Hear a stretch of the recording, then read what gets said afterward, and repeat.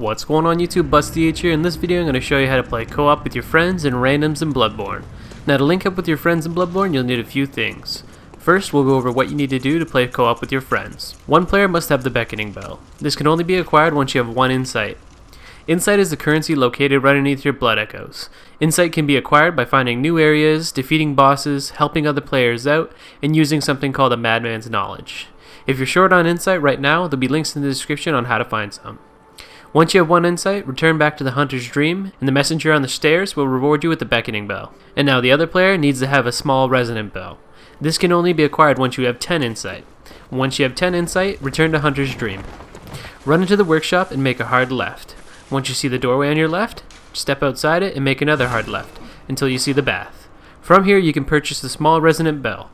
But now be careful because the bath can only be accessed once you have 10 insight. Once you go down to 9 insight, leave the bath and come back, you cannot access it. So while you're there, purchase the Sinister Bell, which is used to be engaged in PvP matches. Now that one of you has the Beckoning Bell and one has a small Resonant Bell, you can begin to start playing co-op.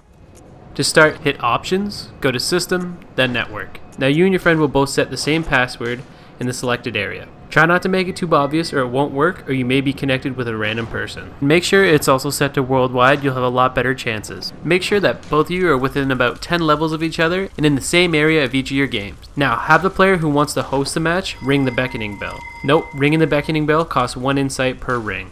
And have the other player ring the small Resonant Bell. So think of it this way, the Beckoning Bell is like sending an invite to a friend, and the Resonant Bell is like accepting an invite. Wait time will depend on a variety of different things, but just wait it out. Sometimes it took me over 8 minutes to link up with my friend, and other times it took less than 30 seconds. Then if all goes well, you should be in a co-op game with your friend. Now to set up co-op with a random player, you can either ring the Beckoning Bell to ask someone to help you, or ring the small Resonant Bell to join someone and help them. Just make sure your password is turned off and your settings are set on worldwide. Now so far I've had this work with up to 3 people, I have not tried 4 yet. So if you'd like another person you could join your game, have them set the same password as you and then ring his small Resonant Bell. Now you have to be aware because once you've rang the Resonant Bell, you can now have your game invaded by a hostile player. As you can see in this clip, I was calling for a friend and even with the password we got invaded. You managed to trap him and kill him, but you can prevent this when you hear a bell ringing in your game, you have to find a woman that looks like a crow. Once you find her and kill her, your game can no longer be invaded.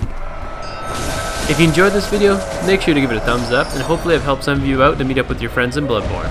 If you're confused about anything that I mentioned, let me know in the comments below. Thanks for watching, and don't forget to subscribe for more great content.